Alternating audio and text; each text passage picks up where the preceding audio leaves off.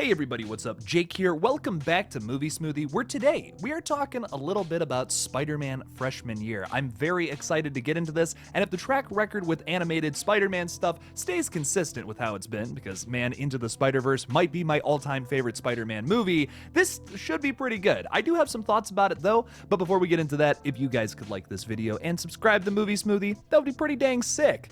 So, getting into this. Spider-Man freshman year will predate Captain America Civil War and talk about the time before our MCU Spidey, not played by Tom Holland, which is kind of weird, what he was doing before those events, before he made his live-action debut in that film. Now, I think this is a little strange that we don't have Tom Holland voicing the character. I mean, obviously he's a hot commodity right now. I doubt they have the money to do that for an animated show, but that's the other thing about this, though, because typically when you look at an animated show and you're like, oh, okay, yeah, they probably don't have the money for something like that. Well, yes, but this is like Disney and Marvel we're talking about. They make more money than God. So why can't they get Tom Holland? They can't get Zendaya. That you don't have Ned, Gwen, MJ. I mean, like, you don't have all these characters.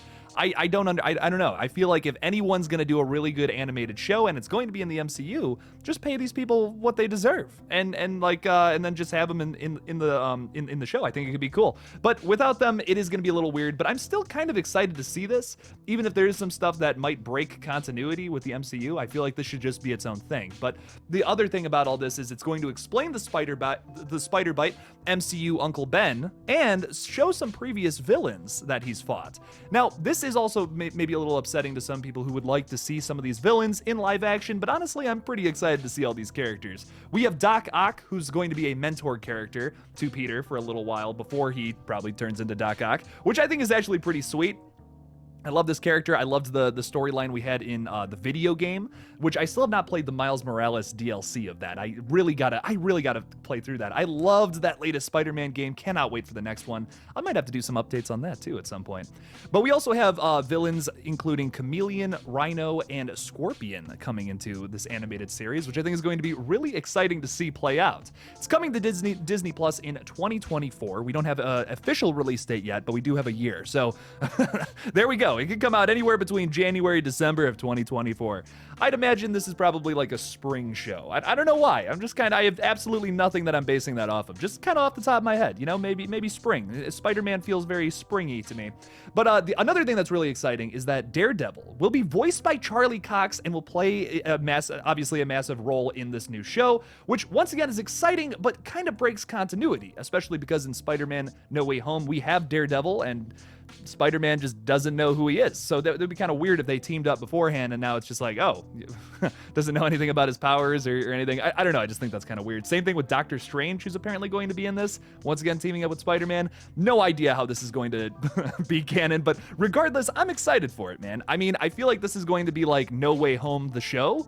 And I'm kind of pumped for that. I loved No Way Home. It's easily my favorite MCU Spider-Man movie. And I don't know, man. I think this is going to be fun. I know it's kind of weird that we don't even have the characters of MJ, Ned, or Gwen in this, but we are going to have the Runaways, which I think is cool. I don't know, man. It's going to feel like a very different show. I kind of wish they wouldn't make it canon to the MCU. I feel like the only reason it is canon is to bring in more viewers. But regardless, I'm still excited for this. I love Spider-Man shows or whatever. He's always been one of my favorite superheroes. I think this is going to be a lot of fun. I have some doubts, obviously, with a lot of Phase 4 stuff. It's been pretty hit or miss, in my opinion. I know a lot of people have really loved a lot of the new movies, but I saw this meme the other day that I feel like perfectly sums up how I feel about Phase 4. Like basically every movie after Endgame is, it kind of feels like we beat the final boss already and now we're just going back and doing all the side quests we forgot.